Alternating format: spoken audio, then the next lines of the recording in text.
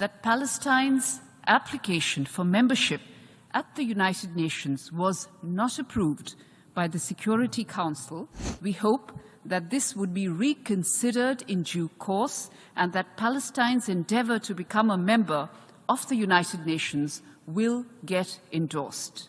India will participate actively in this meeting. 1.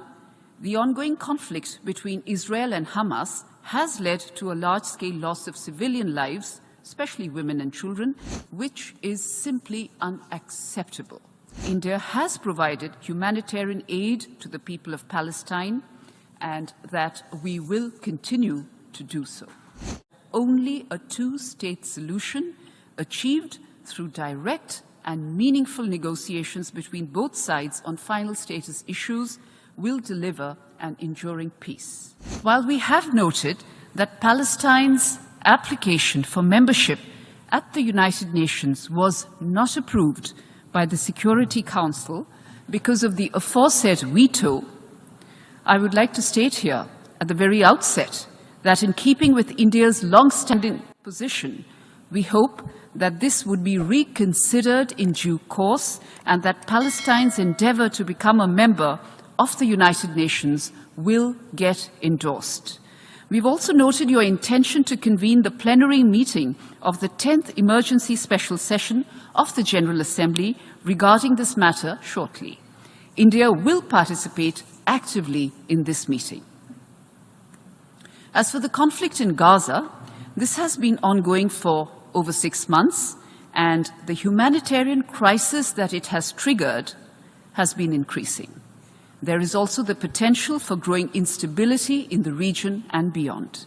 In this context, we view the Security Council's adoption of Resolution 2728 last month as a positive step. As for India's position on the conflict, I will make the following 4 brief points. 1. The ongoing conflict between Israel and Hamas has led to a large-scale loss of civilian lives, especially women and children, and a humanitarian crisis which is simply unacceptable. We have strongly condemned the deaths of civilians in the conflict. We firmly believe that international law and international humanitarian law must be respected by everyone under all circumstances. 2, the terror attacks in Israel on 7 October were shocking, and they deserve our unequivocal condemnation. There can be no justification for terrorism and hostage-taking.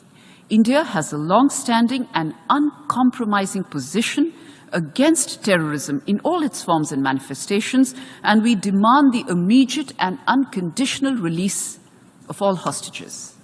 3, it is imperative that humanitarian aid to the people of Gaza be scaled up immediately in order to avert a further deterioration in the situation. We urge all parties to come together in this endeavor. We welcome the efforts of the United Nations and the international community in this regard. I will state here that India has provided humanitarian aid to the people of Palestine and that we will continue to do so. 4, my final point, my leadership has repeatedly emphasized that only a two-state solution achieved through direct and meaningful negotiations between both sides on final status issues will deliver an enduring peace. India is committed to supporting a two-state solution where the Palestinian people are able to live freely in an independent country within secure borders with due regard to the security needs of Israel. To arrive at a lasting solution, Mr. President, we would urge all parties to foster conditions conducive to resuming direct peace negotiations at an early date.